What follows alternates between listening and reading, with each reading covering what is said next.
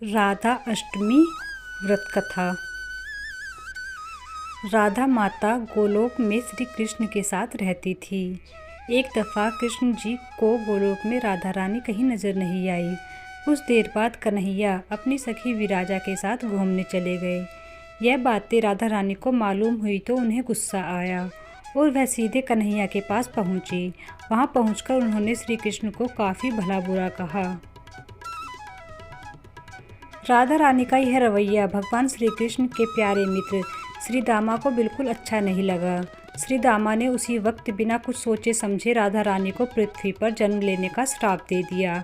राधा को इतने गुस्से में देखकर कृष्ण भगवान की सखी विराजा भी नदी के रूप में वहां से चली गई। राधा रानी ने श्री दामा से श्राप पाने के बाद उन्हें राक्षस कुल में पैदा होने का श्राप दिया। राधा जी द्वारा दिए गए श्राप की वजह से ही श्री दामा का जन्म शंखचूड़ दानव के रूप में हुआ। आगे चलकर वही दानव भगवान विष्णु का परम भक्त बना। दूसरी तरफ राधा रानी ने पृथ्वी पर वृषभानु के घर पुत्री के रूप में जन्म लिया। राधा रानी का जन्म वृषभानु जी के घर तो हुआ, लेकिन उनकी पत्नी देवी कीर्ति के गर्भ से नहीं।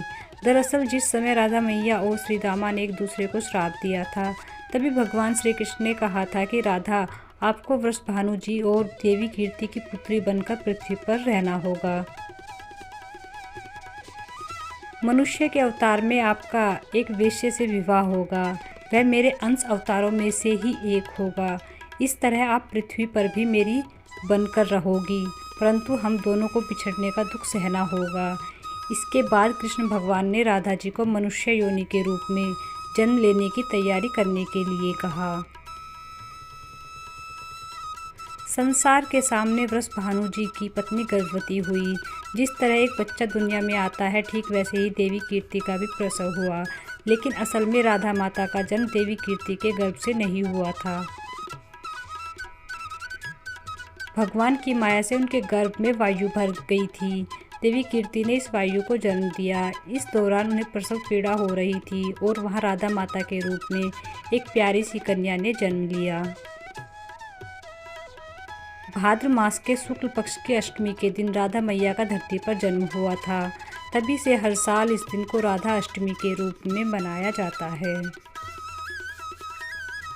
कहानी से हमें क्या सीख मिलती है? क्रोध एक बुराई है। क्रोध का जवाब क्रोध में ही देने से बातें और ख़राब हो जाती है। इसके कारण हमें कई मुसीबतों का सामना करना पड़ सकता है। इसलिए क्रोध आने पर कोई भी निर्णय न ले। मन शांत होने पर ही किसी बात का निर्णय लेना चाहिए। आज की स्टोरी आपको अच्छी लगी हो तो प्लीज़ चैनल को ज़रूर सब्सक्राइब करके जाइएगा और वीडियो को लाइक करके जाइएगा। धन्यवाद।